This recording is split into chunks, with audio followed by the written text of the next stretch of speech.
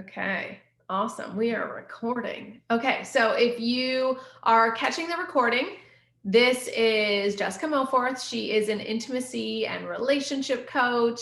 And today we're going to be chatting all about the successful woman blueprint. And what the heck does that mean?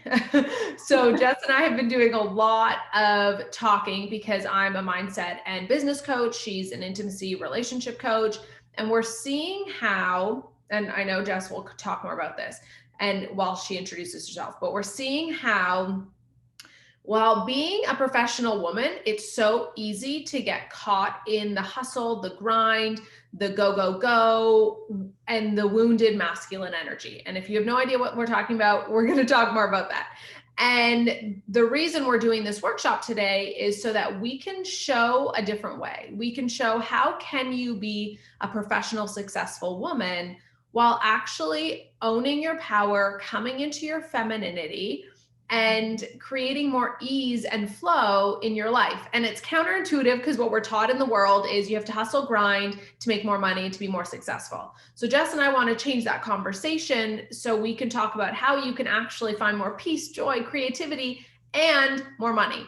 And if it sounds too good to be true, well, keep watching. Yeah, it's not. Jess and I both practice this all the time.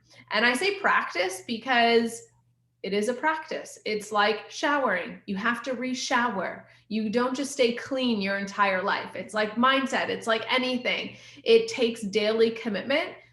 And if this lifestyle isn't for you, that's cool. Lifestyle. I feel like we're talking about like swinging or something. If this lifestyle isn't for you, but if it is, then we hope this helps you. So Jess, quickly introduce yourself, and then I'm going to dive. I'll start asking you questions, and we'll dive right into like masculine, feminine, and how to actually live this way.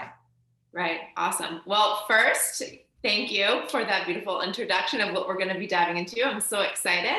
Again, my name is Jessica Mowforth. I'm a holistic intimacy and relationship coach, and I specifically work with entrepreneurial women that have been really taught exactly what Vanessa said, to live in our masculine, to hustle, to be in the version of getting shit done. So my favorite thing is helping women to understand their feminine, what it means to be a masculine, how we can utilize both so that we can actually feel good in our day, feel energized, avoid burnout, and show up in both our relationship and our career. So there's yummy ways to actually do this without needing to force, without needing to hustle or drive, compete, compare, and all of those things. So I usually dive deeper into more the intimate relationship side, but Vanessa and I are going to dive into the importance is why understanding how both are intertwined, like how you show up in your relationship is going to impact your business. So that's why this is so important to us, is it's not like they're separate. So we'll dive into all the details as to why that is, and that's will make a lot more sense as to why we put this together. And it's not just intimacy, relationships, business, career. They are so intertwined, especially for women. So how has this played out in your life, Jess? Oh my gosh. In so many ways. I think that I was raised in a very masculine way. My dad is an entrepreneur. I was also raised with brothers. My dad also only had brothers. So my dad thought for me to be safe, protected, successful, I needed to be masculine. I needed to not need a man. I actually needed to protect myself from men, and really be in that strong, overbearing in ways personality, which was exhausting.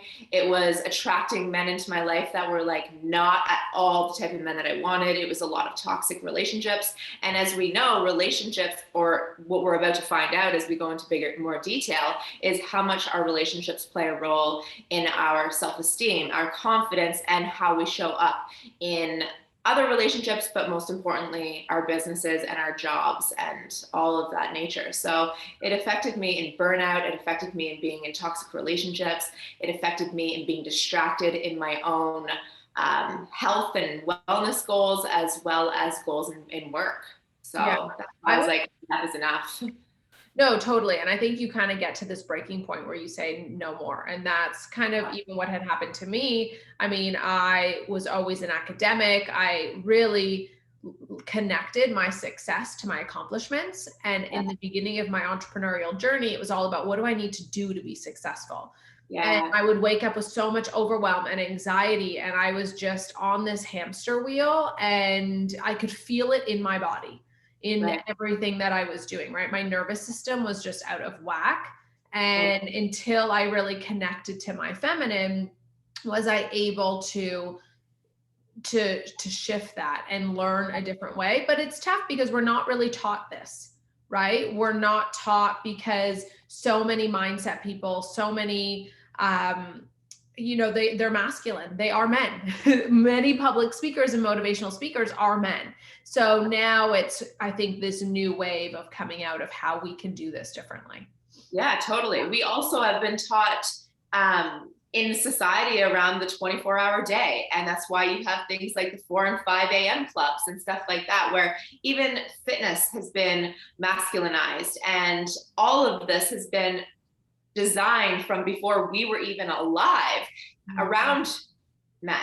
Yeah. Right? Like women, we get the 24-hour day, but we also get the 28-day on average cycle. And that's where, when we start to learn all of this, like, we should not be following the same routines and patterns and eating styles and training programs as men do. Not that it's bad, it's just that it's designed around the male anatomy, physiology, endocrine system, and it's not at all playing a role in the female. So that's where it's understanding, as a woman, what works for us that's different, where we can be equally as successful, but just different, right? And that's where I think that we get things mixed up a lot. So we'll dive more into specific routines for women as well that may help you to live this out. So let's go to the basic concept of masculine, feminine energy. Right. What the heck does that mean? Yes, that's a great question, because people hear masculine, feminine energy and they think men and women, which is not true at all, because both men and women embody masculine and feminine energy. There's something like 92% of women that have more feminine than they do masculine, and then the reverse for men, having more masculine energy and less feminine. However, we have both, and when we understand the strengths of both, then we can utilize them. So an example is, feminine is more like flow. That's our intuition, that's our feelings, that's our emotions, that's our just divine guidance, that's how we show up in the being. Whereas masculine is our doing. So to make it short so people can remember, is feminine is being, masculine is doing. So masculine would be when you show up in your business, when you are coaching, leading, teaching, guiding, mothering, when you're in work mode, you are in your masculine. And this is why masculine energy is very good for us. It allows us to get shit done. When we are craving a bubble bath, that feeling of desire is feminine. When we are getting up and making sure we take the bubble bath or go for the walk or do the workout, that's actually masculine, the action of doing. So do you see why it's important to actually honor our masculine? Because without it, we would never follow through on anything. Masculine is the presence, the grounding, the integrity, the action, the goals, the drive. Feminine is more around, kind of like I said, the flowy, the feeling, the intuition, but it's also the creativity.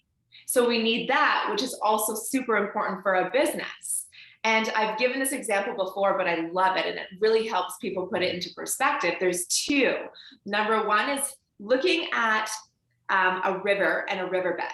The river itself, the water that flows through, that is our feminine energy.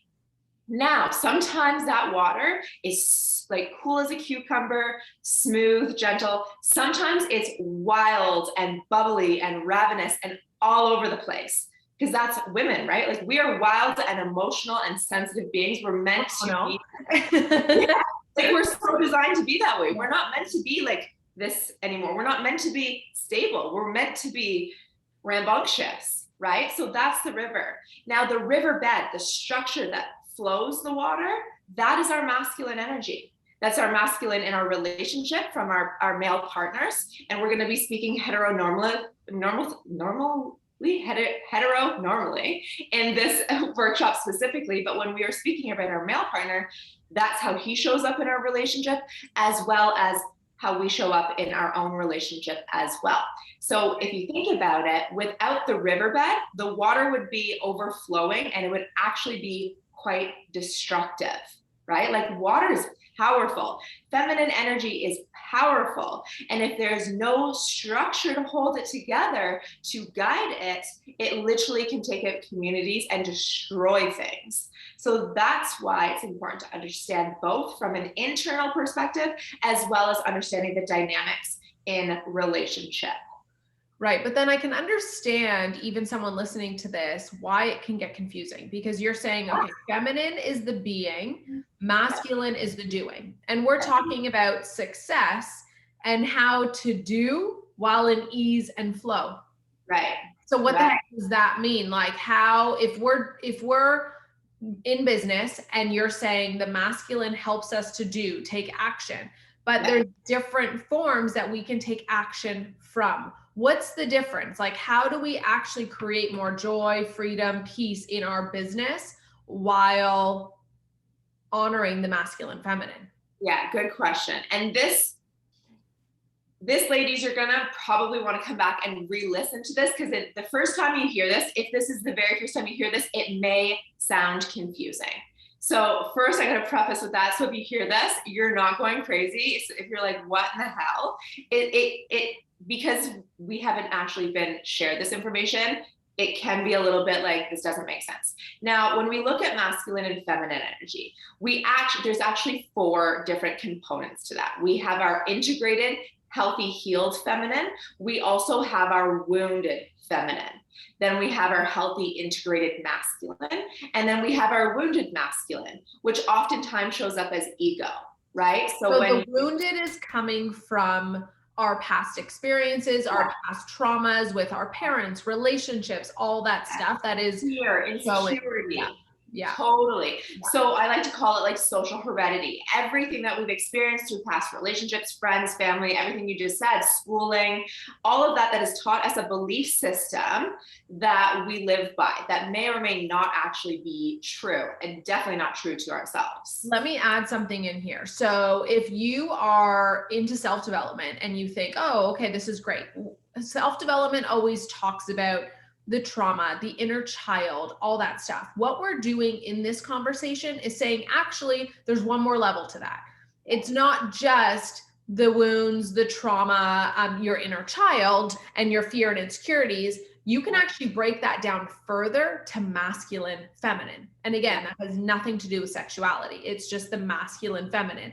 And I want to ask a question though, right now. And so we might diverge a little bit, but is there specific things that cause wounds to either our masculine, feminine? Like, how do we separate this into masculine, feminine wound? So whether they have come from our mother or father, right? Whether it's come from intimate relationships, whether like it comes from belief systems. So for me, I had a lot of wounded masculine. One, because a lot of the wounds came from my dad, but more importantly, it also came from the belief system that I needed to become something in order to be worthy of something, that I needed to hustle to become things, that I needed to actually work hard to be worthy of having money, that I needed to work hard in order to be successful. I needed to work hard. You're getting used to me saying the word hard. Everything needed to be hard.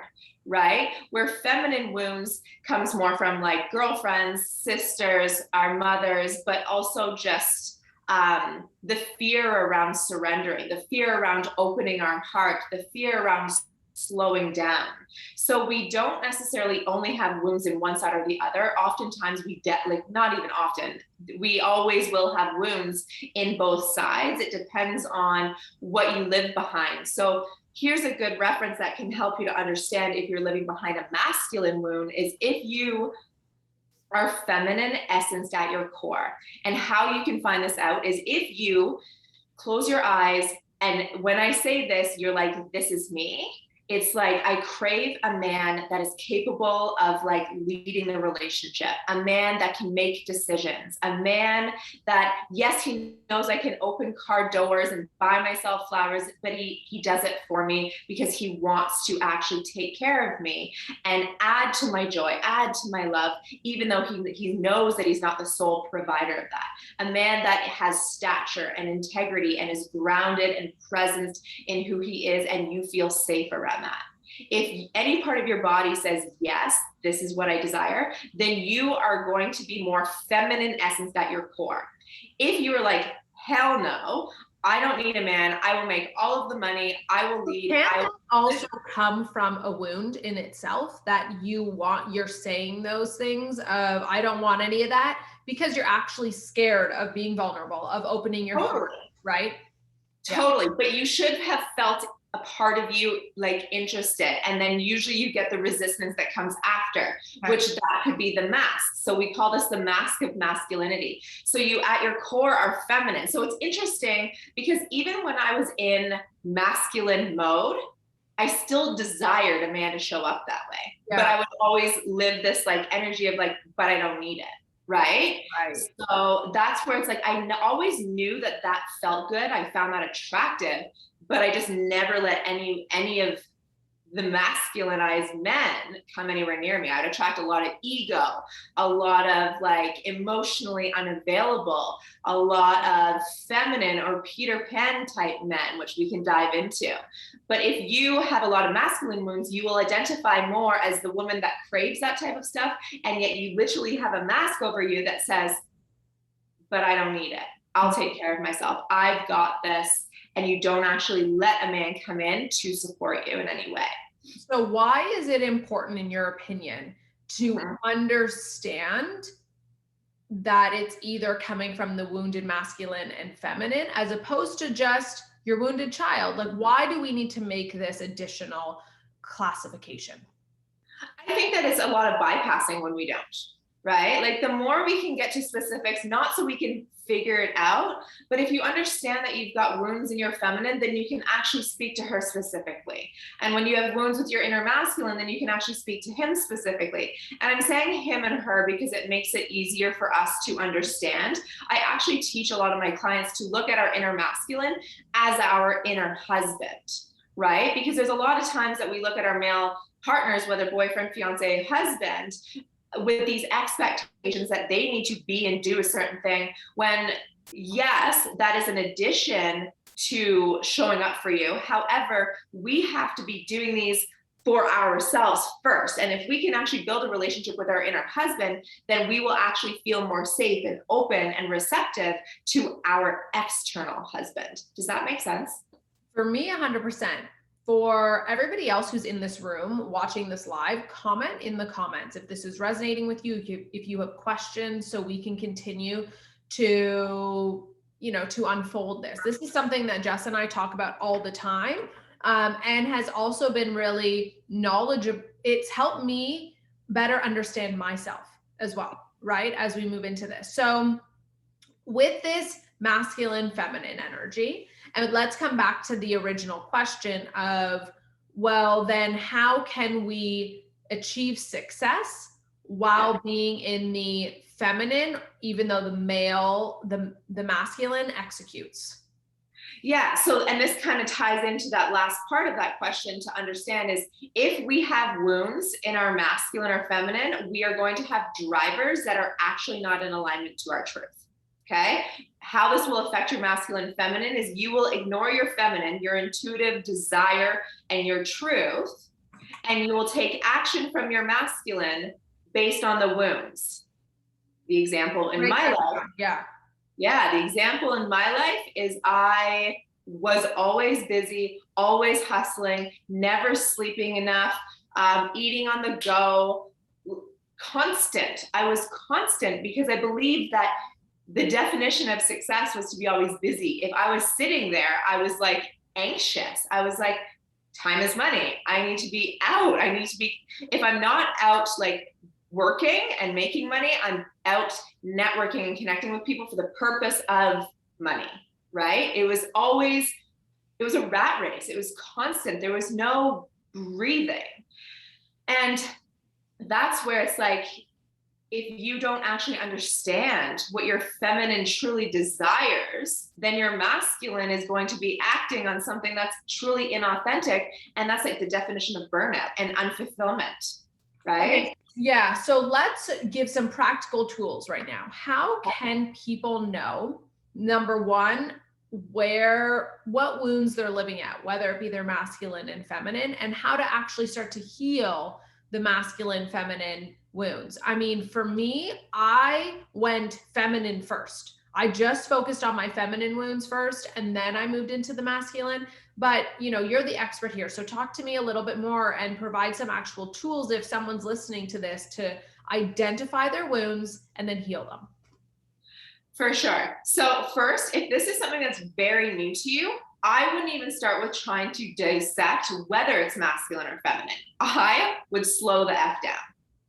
Plain and simple, regardless of whether it's masculine or feminine, as a woman, if you are especially identifying as feminine essence, slowing down will always surface everything and also shine so much clarity on where you're at, what you need. Okay, so it's actually being present in your life in the small things and slowing down and saying no, creating boundaries, saying no more than you're saying yes, and then seeing what actually comes up. And when you feel the addiction to do, understand that there's probably more wounds around masculine than feminine. And your feminine actually feels afraid because she's never been nurtured due to the masculine wounds. Because a lot of women seem to think that if I'm a hustler, if I'm a go-getter, that must mean I have feminine wounds. Oftentimes there's more masculine wounds, and you're not living from masculine integrated, you're living from wounded masculine. It's the ego that's driving you to get. Where feminine, the wounds come up around surrender and feeling safe to be expressive, right? Which you'll then notice once you start looking at the masculine wounds, where the feminine wounds will show up, because the feminine wounds are, here's a question. When you ask yourself, do I trust myself? That will shed a lot of light on where your feminine feels safe, because a lot of women have wounds around their feminine because they don't actually trust themselves. They don't trust themselves to not get themselves in a sticky situation or not be able to get themselves out of a situation. And by situation, oftentimes, obviously in my career, is relationship. They don't trust themselves to not know when they need to get out of a relationship that's not good for them, or say no, or say no when they are actually saying yes, right?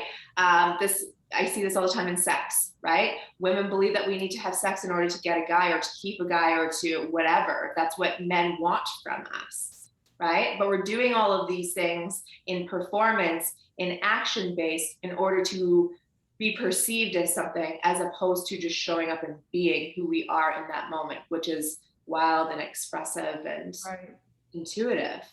And right? the actual difference, so to clarify there, the actual act of potentially leaving or doing is still coming from the masculine. Yeah, whenever it's action-based, whenever it's doing, whenever it's needing to protect yourself from something, is going to be masculine. Yeah. Are you guys following this? Is this confusing? Because we really want to make sure that we break this down so that it is simple and empowers you, and also continues to allow you to dive deeper into your self-love, self-acceptance, and obviously success, which is why we're doing this workshop. So yeah, I love it all. Very informative. Okay. I'm going to manage this. So keep putting some contents in here.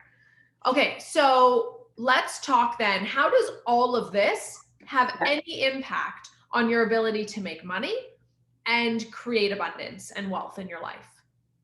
Because we need to be in relationship to ourselves before we can be in relationship to anything else. And money is a relationship. Other human beings, whether it's colleagues, friends, family, intimate partners, are a relationship. And again, I'm going to reiterate, money is a relationship. It doesn't matter how much debt is in this world. There's always money being made. There's always money being exchanged. It never goes away. It will always be here. And yet we live in such a scarce mentality that there's not enough. So that's how we know that it's a relationship, because it's not an object. It's not an actual thing. It's always an energetic exchange. And money is actually at our root and our sacral chakra, which is also where our sexuality and our femininity is. So the more we're disconnected from our sexuality and our core and our foundation, the more we're going to be disconnected from abundance and from money. It's also important to note that if we are disconnected within us, we are then going to have codependent expectation on our partner to show up in a certain way, because then we feel actually at a loss and a lack when they don't show up, and then we blame them. And that's what creates some of the most massive amount of conflict. How that affects our business and making money is because there's not a person in this world that can lie to me that tells me they can be in a disastrous relationship and feel empowered in their life.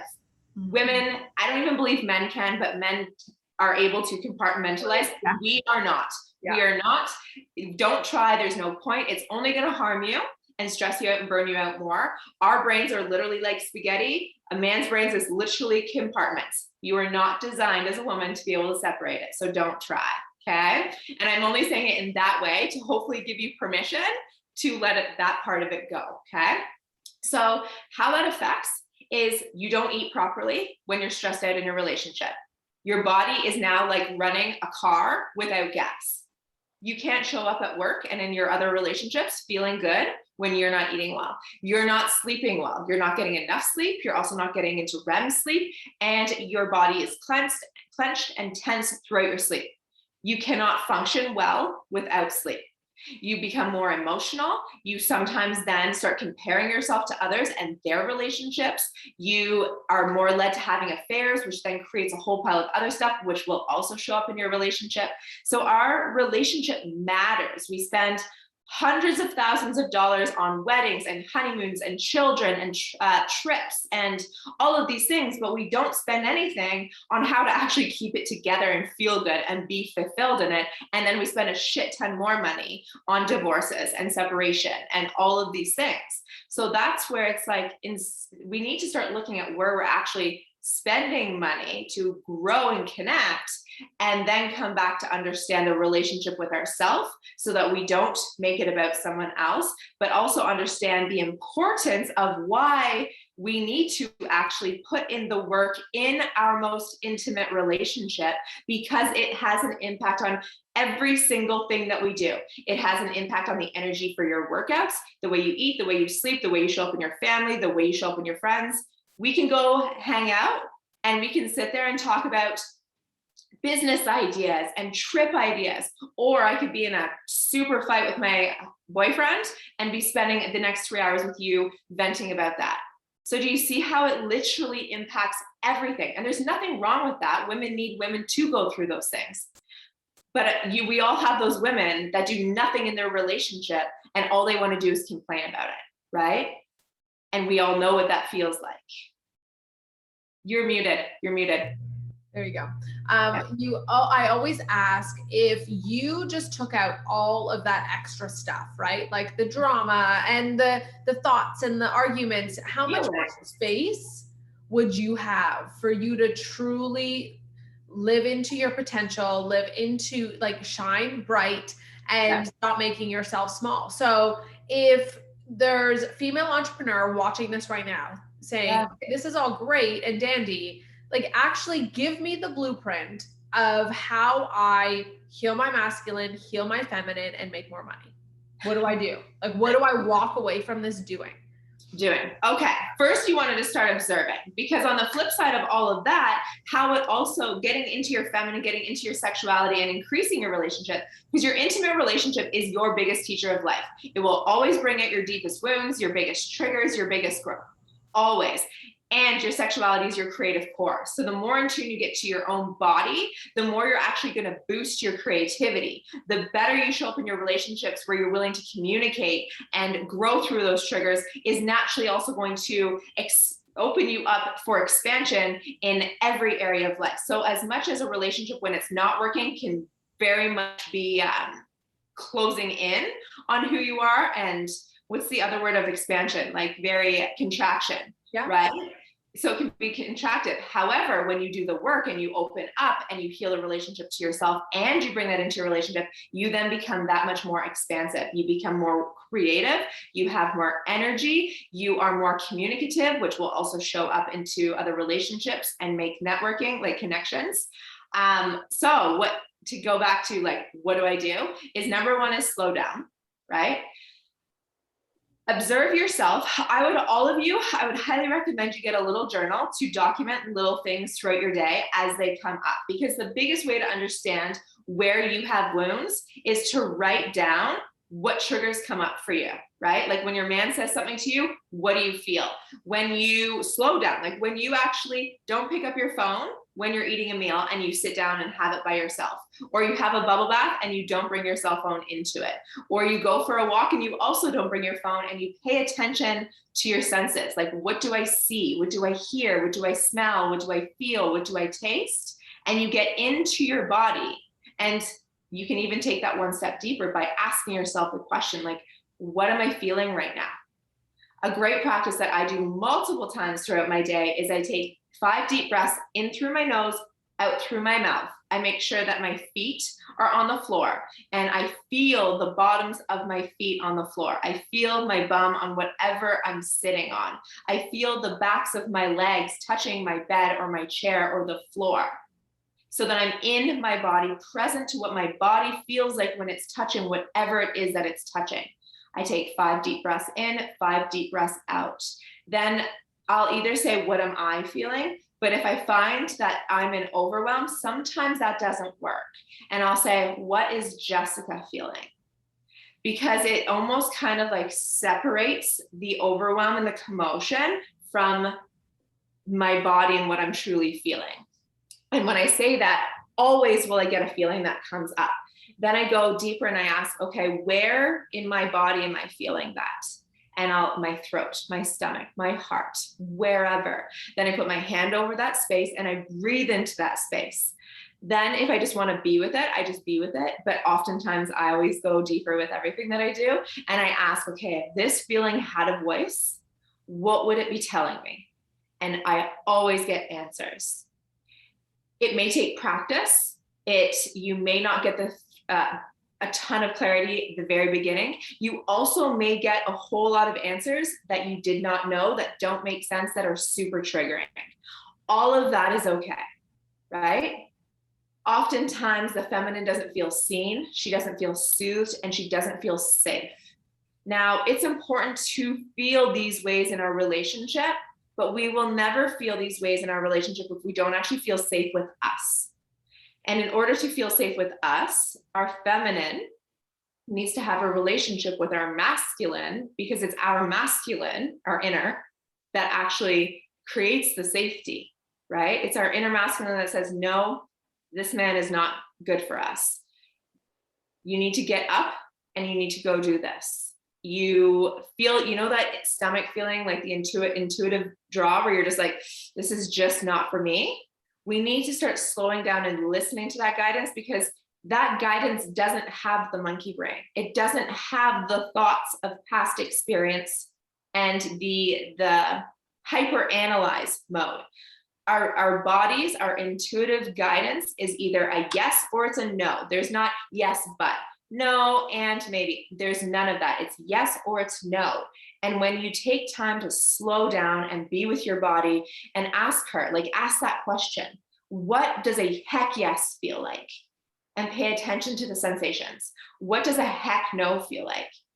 And pay attention to those sensations. Then when you're doing things, collaborating with someone, dating someone, planning a trip, planning a move, buying a house, does this feel like a heck yes? And be still and be quiet. Let your body speak to you.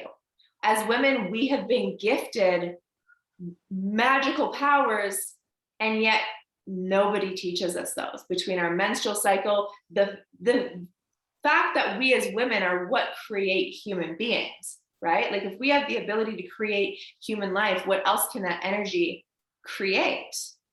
right? So when we start to look at all of that, and it's all in our womb space, so we need to get a lot more comfortable with loving our period, understanding our period, listening to her when she's screaming at us. And what that looks like is bloating, PMS, cramping, all of those things. Our femininity is saying, help me, right?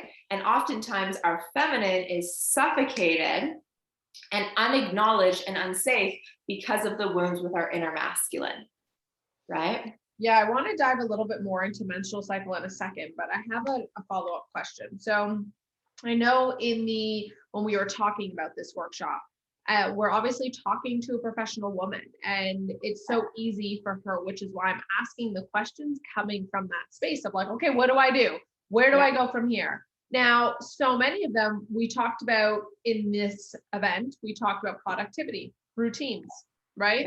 Yeah. So it's taking what you just said and creating your own routines to help you to get into understanding your masculine, and then loving and honoring the feminine, being with the feminine. So let's talk a little bit more about some routines that we can implement into our lives to help us get in tune with our wounds, help us to continue to evolve into this, get more ease, get more flow.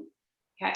And it'll obviously help our productivity. So let's talk about that. But actually, I have a question, because this might be coming up as I ask this question of, well, tell me some routines, Jess. What if someone's listening to this and they're a person that says, well, I can never execute anything that I decide. I plan all these routines, I do all this stuff, and it just never works for me. I never follow through. What's going on there? I can so badly relate to this, so badly. So the reason why is because that's very masculine. Routines are very masculine, right? And if we are feminine at our core, we are not designed to do routine at all. But yet when we feel tired, triggered, insecure in some way, we want to go to our default. My default is hustle, rigid, masculine ways of being. So I know that when I am off center for whatever reason, I will naturally crave to do those things, to be more rigid, because I'm like, I need to just do this, and it's going to make me better, right? The thing is that will never coexist with a healthy feminine, and it will also never stand. And the problem is that we write out all the lists. We write the perfect meal plan with the perfect routines, the perfect bedtime, the perfect wake up, the perfect all of these things. And then we do it for a couple of days and then we fall off. Even if you do it for a couple of weeks and then we fall off and you just don't feel good, then we also then shame ourselves, guilt ourselves because we can't follow through. Where the routine I'd love for you all to create is to create space. And that's it. And then when you get to that space, you then ask like, time, like what if people are on this call saying, well, I want to join the 5 a.m. club. And they, as a woman, I've tried to join the 5 a.m. club so many times. Me too. And I hated it. My body hated it. It's just a club that I'm not a part of. No. And to be honest with you, I don't believe that women are meant to be a part of a 5 a.m. club at all. Like we need a good 8 to 9 hours of sleep. And the best time is like before 11 o'clock. So like 10, and then maybe getting up between, I wouldn't even get up before 6 o'clock as a woman. To be honest with you, it's where our hormones show up. So men can do this the same way men can do keto and stuff and do great. I also, and my background is also in nutrition originally. Keto and 5 a.m. club is not designed around a woman's body. I know there's lots of people that will try to rebut me on that. Yeah. But then they show up talking to me because everywhere else in their life doesn't work. So just to let you know. So what I recommend is one, sleep, get your butt to bed by like 10:30 as much as you can, and sleep till when your body needs. If you're going to bed at 10:30, you're probably not sleeping till noon. You're probably sleeping to between 6:30, 7:30, 8 o'clock. That's it. Okay. So that's what I would do. Then plan routines in the sense where you're going to give yourself an hour or two every morning to yourself and an hour or two every night to yourself, right? Then when you get to that morning, you don't have the rigidity of, I need to do morning cardio. I need to do this. I need to do this. It's like, I wake up, I have a glass of water, what does my body need right now? Because this is also going to change as you go through your menstrual cycle. In your luteal, which is like right before your bleed, you're not going to crave doing high intensity cardio the same way you are when you're in follicular after your period or ovulation. So forcing yourself to do these rigid workouts is actually being a disservice to your body. Yes, you may look great and it may help you get ripped, but you'll not feel great, right? Your mental health changes, your sleep patterns change, your ability to connect to your femininity, your sexiness, your libido, your desire, and just being gentle and flowy and like calm will shift. You will be more strong and like, right? Which, yeah, I noticed that too. When I was doing high intensity workouts, I physically had more testosterone in my body and felt it gave me more anxiety and like fight or flight response. What I'm hearing from you in my question, because I'm trying to be difficult in my questions, of like, what are some routines? What I'm really hearing is, as women, we need to change what routines are, what routines mean, right? Yeah. It's, you know, instead of getting up and having that list of the perfect morning, which most of these things are being written by men or masculine women. It's now coming back to, okay, and this is a reflection question for you while watching, like, what routines do I want? Why do I want these routines? Yeah. And I give some examples of what I do, and then you can, like, that can help people to start. But yeah, that's exactly that. But I always recommend getting out in the sun before noon, even if it's for 15 minutes and even if it's in the winter. Let the sun touch your face before noon. Getting out and getting fresh air. So that could be a walk, right? It doesn't have to be a crazy run. It could literally be a walk. If you live somewhere where you can put your feet in grass first thing in the morning, put your feet in grass, something that is going to ground you. This is actually going to regulate your cortisol, which is actually going to help you get better goals, like better results, right? It's also going to help you sleep. It's interesting because your sleep routine starts the moment you wake up, not the hour before you go to bed. So when you get sun first thing, it actually regulates your melatonin, right? It regulates your cortisol. It regulates female hormone so good. So if you wake up and you nourish your body within an hour of waking, you get hydration in, you get minerals in. So adding sea salts to your breakfast, your water, all of that to get minerals in. You get your butt outside, you get sun on your face, and literally you could be wrapped in a blanket, in a big fluffy winter coat, and you just have the sun touching your face, right? Touching a tree, something that's going to ground you and bring earth into your body. That's going to be something. Listening to music, lighting a candle at nighttime, using a lot more red light versus the neon lights. What else? Reading a book, listening to a podcast, or better, and not even a podcast that's going to educate you, but a podcast like Abraham Hicks, right? Something that's going to actually connect you to your center so that you can get into your own alignment, and then you make choices throughout your day coming from that space. Yeah. Right? Yeah, this is great. I mean, some questions coming in. So loving the actionable steps and tips. I really hope this is helping you. I want to talk about menstrual cycles before we finish up for some Q&A. But I also want to know from all of you on this call, whether you're watching or this is live, would it be useful for us to dive deeper into identifying your wounds, your masculine, feminine wounds, healing these wounds, giving more tips and routines of, you know, how to connect to all of that? Yes, people are saying, and I love seeing these names. You know what? This is one of our first workshops in the last few months. I know COVID's been a little bit crazy virtually. So hello to all of you who used to always come to our workshops. So I love seeing you all here. And I also see a comment about babies. This is really huge. So people are interested in more detail. So we'll definitely give you more detail, and Jessica and I can put some stuff together. But women, obviously, you said it already, and I want to keep this short so we have time for menstrual cycle, but how do we as women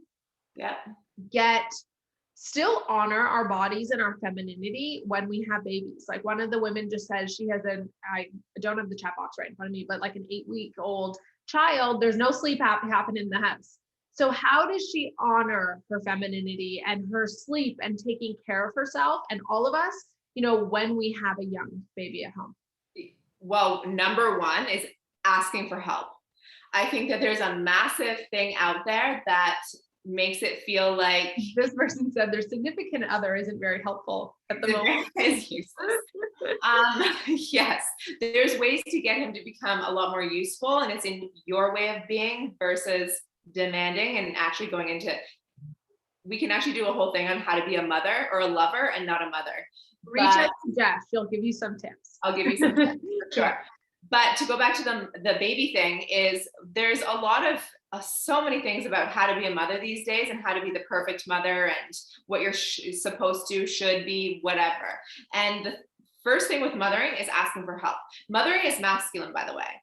And that's where a lot of people get confused, where they think that it's feminine. The creation of the baby in your belly is feminine. But as soon as that baby starts to actually grow and then come out of you, and you are now mothering that baby, that is actually very masculine. You are teaching, leading, guiding, correcting, challenging, disciplining, all of that's masculine. So you have to remember that. So when you are actually doing that all day, that makes sense why, on top of the fact that you're nutritionally depleted a lot of the time, because baby's taking a lot of that, you're sleep deprived a lot of the time, and you're trying to do everything else in your day. So first, I want you to identify that so that you can have some compassion, knowing that this is a challenging time and it's meant to be. It's going to feel challenging. There's no such thing as being a perfect mom, and asking for help, whether that's getting a nanny, bringing in some family members or friends to help out, making requests of your husband, right? Like, even for the husbands that come across as useless, if you let them know all of the things that they're doing well, they tend to show up better in that versus you letting them know what they're not doing well. So this is a whole other thing that can take a long time. I know, we're gonna have to do a whole other thing about communication. Yeah, because being a mother and not a lover is a massive, massive thing. So that's where it's like, what can I do? Is one, ask for help, but two, when you do have the 5 seconds, even if you're peeing, to come back into your body, to take deep breaths, to put your hand over your womb and say, I am safe. What do I need? Right? Maybe what you need is a freaking good cry. Maybe what you need is to punch the shit out of a pillow. Maybe what you need is a cup of tea, or again, asking this person or that person for help, right? And then trying your best to get as much sleep as you can. You can even work with lactation consultants and sleep consultants that will help with having strategies to nurse and take care of a baby that also helps them to sleep better and do things better so that you can then have more time to sleep. Right? So that's what I mean by asking for help, is even looking at experts that do this for a living, that know how to get babies to sleep better and to latch better, and to see a nutritionist that can help you eat better. So you're getting, because I used to actually do pre and postnatal when I was in nutrition, and you need a minimum of additional 500 calories a day to properly produce milk. Right? So making sure that you are also getting the fuel you need, because baby's milk will always take the nutrients before your body does. That's the way we're designed. It's really cool because when they latch to your nipple, there's sensors, so it tells your body what they need, and then they take that. Now, if you're not eating that, you're going to be super depleted. So now the feminine in you says, I need these nutrients, and the masculine in you then speaks up and asks for help, orders pre-made meals that are healthy that can be sent to the house, having nutrient-dense smoothies, something so that you can be replenished, so that you then have something to give and not just have it taken. Yeah. Yeah, I love that. And really, it's still also coming back to what entrepreneurs and business women know so well. It's, problem solving. It's being resourceful and not being a victim of your situation, right? Of, okay, what can I do here to make this easier for me? But putting yourself first. So let's quickly, and then we're going to open up to some questions, because I'm hearing so many things and I'm writing notes of what else we need to dive into when we do, a longer workshop.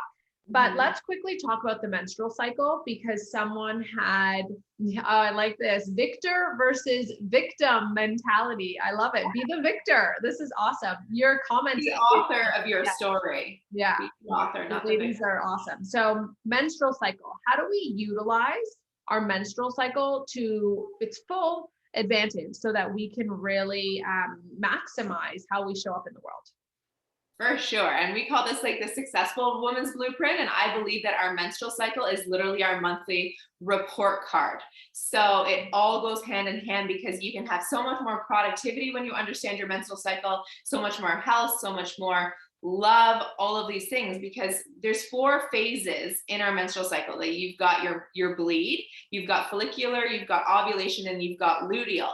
And our hormones are doing all different things in each. And with our hormones, there's going to be areas where we have a lot more energy than other areas, where we have a lot more creativity, where we have a lot more drive, where we have a lot more radiance. Like if you catch a woman in her ovulation phase, because she's at that point meant to actually draw in a love so that she can birth a baby, right? So she is like radiant. This is when you want to go on like first dates. This is when you want to plan lots of date nights with your man. This is where you are literally like radiating out, and like your libido is naturally going to be higher. Your body temperature is going to be higher. You're burning fat quicker in these times, all of that. So it's paying attention to, okay, when am I going to plan my creative phase? When am I going to plan my networking phase? When am I planning my dates? When am I planning my organization and my editing? If you actually look at the things that you need to do in your life, and you look at your menstrual cycle and you plug it into your actual menstrual cycle, your life is going to be easier. I can tell you that I am not going to be planning to run an event the day that I get my period, right? Now I would be planning it when I'm ovulating. You will get things like flowing out of me so quicker. It would be better for me, and it would be better for you if that happens. So when we force ourselves, that's when our periods start to say, right? Because our feminine feels rejected. And that what that looks like is, and this may sound triggering, and this also, remember that everything is energetic and physical. So from the physical perspective, it could be poor diet, poor sleep, stress, genetics, a whole pile of other things. But from an energetic mental space, that is rejecting your feminine, which when you reject your feminine, what that looks like is breast cysts, PMS, bloating, cramping, period poops, infertility, all of those things. Poops? Bloat, like constipation, runs, like you get your period and your digestive system turns to shit, literally. Okay. So, and it's just everything. Can anybody relate to that? Period poops are just.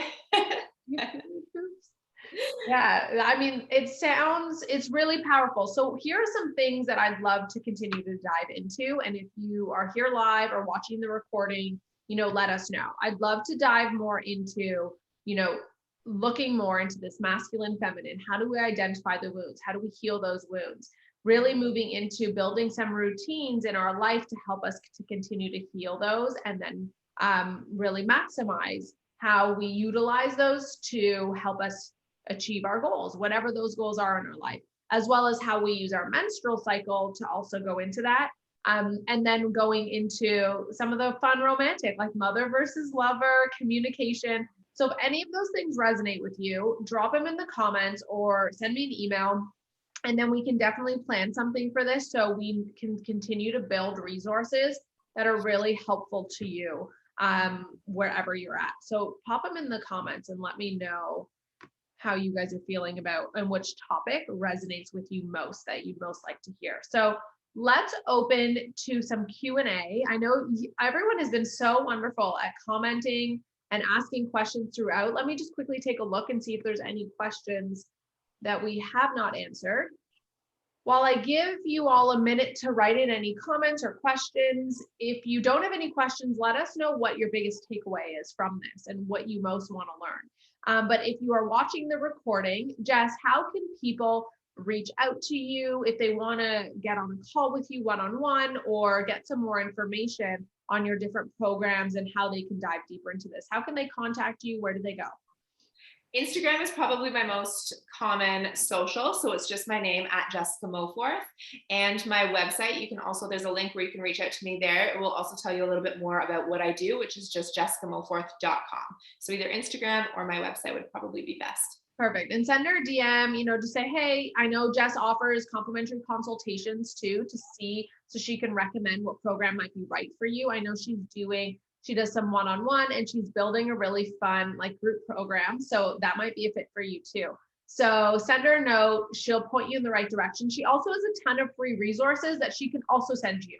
So wherever you're at, I know she can help you and based on whatever you need. So I'll wait a few more minutes to see if there are any other comments in here. I'm going to quickly just go through.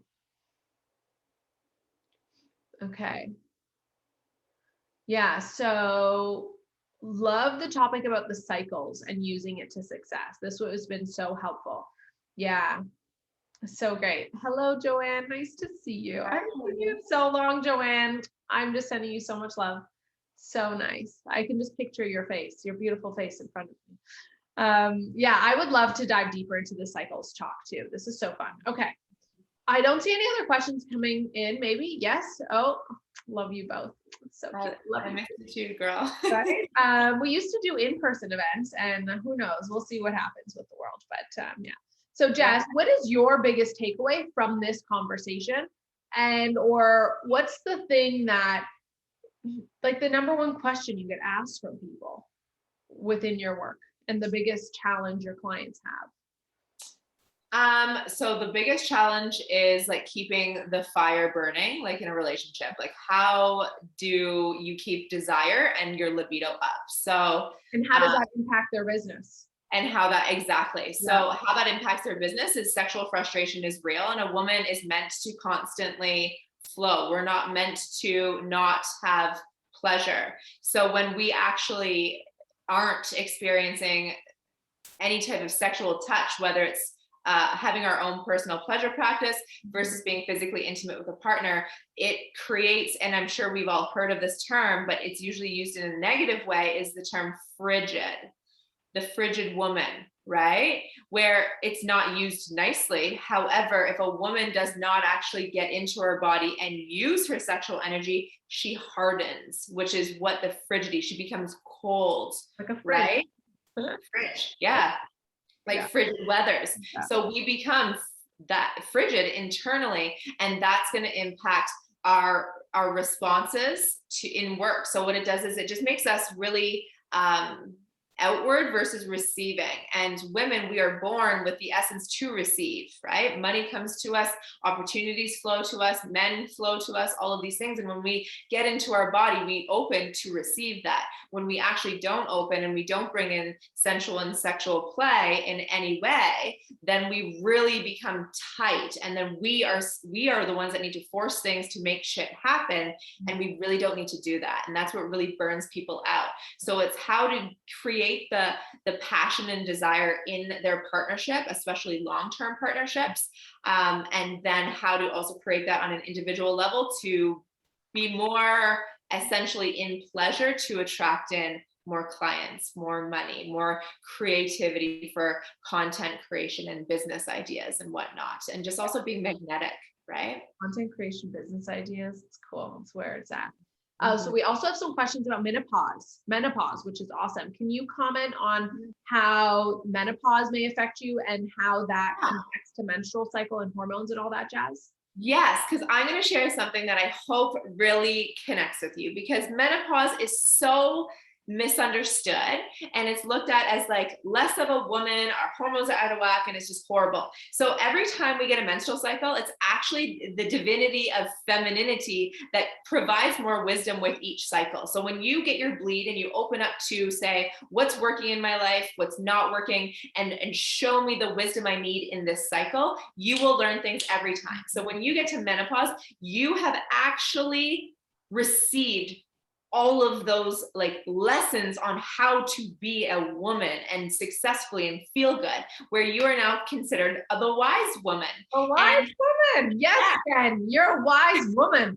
So the best thing about that is you now get to then gift that wisdom to other women younger than you. Right? But you first have to open up to see it within yourself first. So if this is the first time you've ever heard of anything like this, it's like, okay, when I start to slow down, when I start to get into my body, it's not like all of that wisdom just disappears. It's all within you. You just have to open up to receive it and look at yourself as that wise woman that now gets to share that. And then, of course, coming in to look at what's going on with your body and her hormones, genetically, through how you've believed menopause and your menstrual cycle showed up in your life. If you really rejected your period, there's going to be trauma there. If you're rejecting your menopausal stuff, there's going to be trauma there. So looking into that and healing those wounds. And then you can also work with great practitioners that do bioidentical hormones that could support you in that way. So that's kind of like your masculine action by saying, okay, what's going on with my body and what support do I need? And knowing that there's alternatives to just like pharmaceutical drugs. Their bioidentical hormones are incredible depending on where you're at. If your hormones are naturally very good throughout your menopause and you're just having the common not symptoms, but like transitional stuff, then beautiful. Enjoy that. Your body actually has the ability to feel so much peace and stillness and wisdom and enjoy that. So that's what I would say to menopause is look at it, change the perspective around what menopause means. Yeah, that's really cool. Oh, so funny. So she's questioning how wise she is because of the pill and the IUD. She hasn't really had a period in 10 years anyway. So she lost her wisdom. The wisdom is still there. You just have to do a little bit more work to reconnect to her, because when you are on a birth control pill or IUD, what you do is you have pill bleeds. They're not actual menstrual bleeds. However, it doesn't take away from your femininity, especially now that you're off of it. It shifts your pheromones. It shifts a lot of that energy when you're on it. But once you get off of it, you don't just lose it all. It just means that you have to do a little bit more reconnecting to harness the relationship with your body and your femininity, and it will all come back. And a quick note on that for ladies that are on their bleed, your period completely changes all of your pheromones and will actually allow you to be attracted to men that are not in alignment with your body, or vice versa, where I know women that get off their period and all of a sudden they have zero interest in their partner. Wow. So yeah. I mean, I love this comment here. This is so knowledgeable. And I hope you don't mind I say you guys, because I mean all of you. But BCP flips your MS, I don't know what these acronyms are, MHC, making you desire partners more for an immunology similar to yours. Do you know what MCP or BCP is, or MHC? BCP is birth control pill. And I think that's okay. So birth control pill flips your making you desire partners, birth control pill. Yeah. Oh, so I love all this. This is like the your pheromones and all of your that. Pheromones, totally. Yeah. So you actually are going, when you are not on birth control, you emanate your true pheromones. Yeah. Which then you actually attract in a partner that is truly, and I don't mean attract necessarily like physically. But a t-shirt test, yes. But a t-shirt test, exactly. Yeah. Like, you know, when you smelled men's BO, not BO, but BO, and you're like, ew, this is repulsive. That's because their pheromones are not connected to yours. And then you smell their other men's and you're just like, oh my God, this is like, bothered, right? That's what you want. Yeah. But when you're on birth control, it changes it. So you'll be attracted to men's pheromones that are not good for you. And they will also be attracted to you in ways that when you get off birth control, it may not be the same connection. So just know that is how much birth control actually impacts your body and your femininity. So cool. I remember I was on a date once. It was like a second or third date. And the guy asked me if I was on birth control. And I was like, no. And he goes, well, that's really good, because now, because it changes your pheromones, and I want to know if we're actually compatible. I love that. That, like, the fact that a man asks that and pays attention to that, I think is really good. I think more men need to be asking questions like that. Right? Yeah. So awesome. Okay. So we are over the hour. I want to make sure that we're cognizant of all of your time. I'm going to send an email with this replay, as well as a recap of some of the other things we want to talk about. I also think, Jess, you and I will create a wait list for other stuff that we're going to do together to build into this, because, you know, I reached out to Jessica because I see so often in my clients, obviously people are coming to me for business and mindset support, usually from, you know, an action base. And so much of what we end up talking about is how to get them in tune with their intuition, knowing the difference between intuition and fear. You know, coming and running their business from inspired action versus forced action, following into this like flow and femininity that we're talking about right now, so that they can actually make more money and and show up and be in a different way. You know, the being and the action, I think, is key. If the biggest takeaway is like the feminine is in the being, the masculine is in the action. So how do we marry both and create the perfect marriage within us so that we can do the same in our business and in our partnership? So yeah. Totally. Yeah. Anything else you want to say before we finish up? Oh my gosh, there's always lots to say more. We could literally do like a 3-hour podcast on all. I know.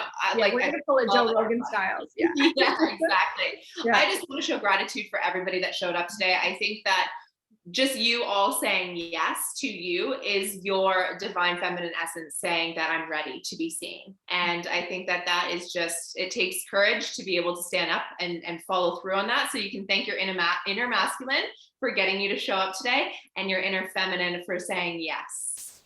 Awesome. Thank you everyone so much. We love you. It's so beautiful to see you all virtually. And we're just sending you so much love and joy, and happy Friday. Happy Friday. Weekend. Yeah. Love you guys all so much. Bye. Bye.